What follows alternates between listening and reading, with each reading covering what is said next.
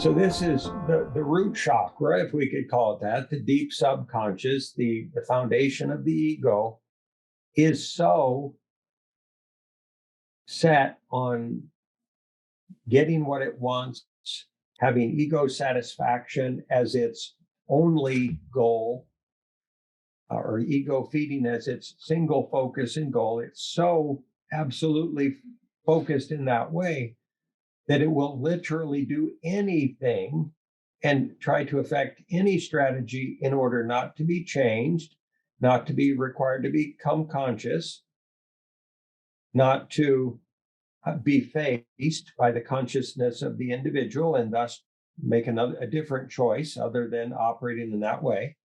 And these are a couple of statements that we have read in the ego process of people in the past that say, for example, if you tell me I'm not a victim, I'll destroy you.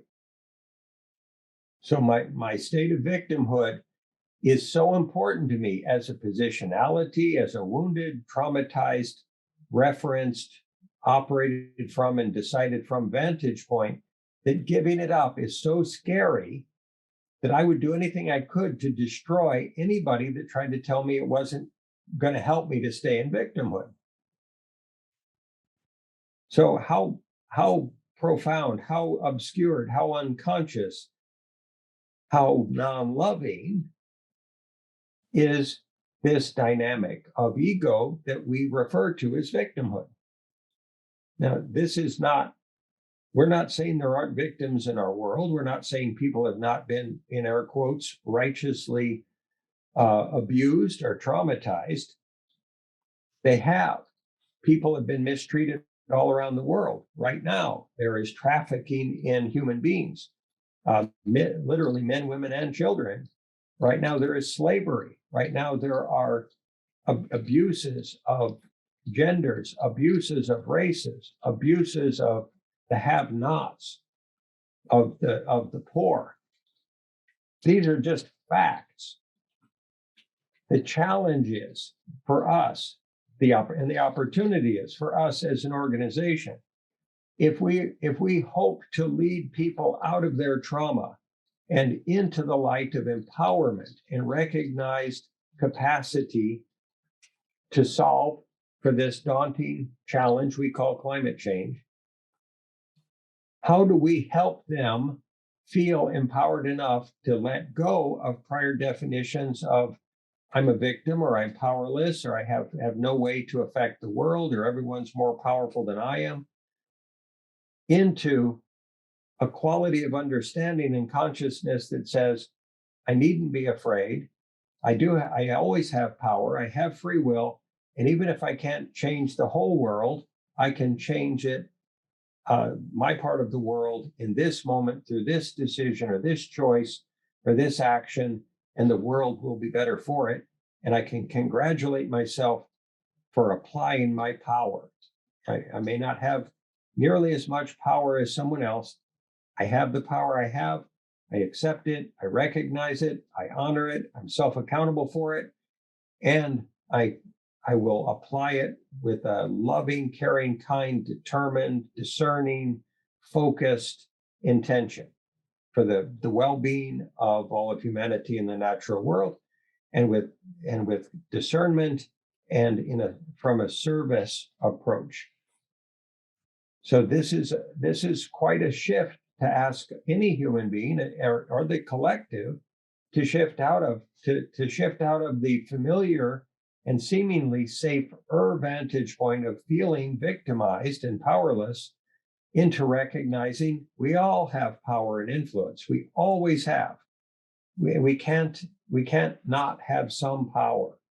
Even if you were chained to a wall in a dungeon somewhere, you could yell, or you could you could think, you could choose to evolve your consciousness. And if we can recognize we all always have that power, and no one can take it from us, even if they were to kill us. The next statement on this slide is if you tell me I'm a perpetrator, then you're victimizing me. And therefore, I can self-righteously destroy you for doing that, because obviously you're bad and I'm innocent and I'm afraid and insecure. Therefore, I've got to attack you or criticize you or diminish you in some way in order to not stop perpetrating, which is just a victim, perpetrator, rescuer, all three vantage points of power, by the way. If we claim victimhood, we claim that we have been wronged or abused and that there should be some righteous retribution. We have the right to punish the abuser and to ask society to harm them or punish them or get rid of them or sanction them, and to give us something in return to make us whole again through social process or legal process. So these vantage points of victim, perpetrator, rescuer are all just vantage points, dynamics of empowerment. People who are perpetrators can feel quite self-righteous about having been prior victims. So now they have the right to effect vengeance or abuse or attack or criticism on others. And that is a perceived vantage point of empowerment too. And rescuers who don't want to be victims, and they also don't want to be perpetrators, they still want to feel good about themselves. And by rescuing and by hating the perpetrators and caring and tending to the victims, caring for and tending to the victims, they're expressing power in another way. We would suggest these are all three unconscious, subconscious dynamics of empowerment in the guise of disempowerment or attempting to effect control for specific purposes.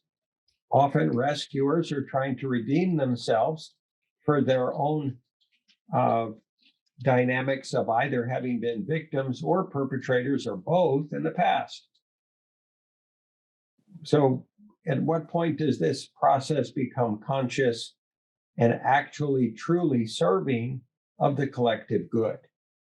Or do many people stay cycling even in a single day? Individuals can cycle between, oh, I'm a victim right now, to, oh gosh, I'm a perpetrator, and oh gosh, now I've got to go rescue somebody.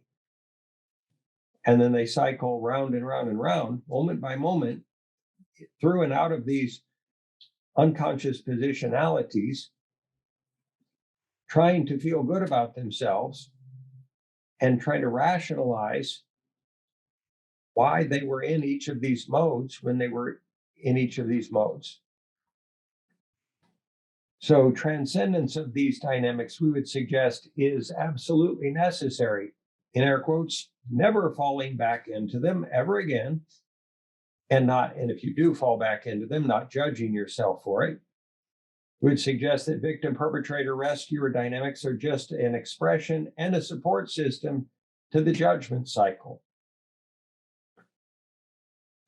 If they're recognized clearly enough to be operating in that way for those dysfunctional purposes, we can let go of them and we can embrace conscious collaboration as a functional alternative, as the path, the process, the way for humanity to create a sustainable future and solve for climate change and cease our competitive, divisive, and often abusive tendencies as individuals and as collectives.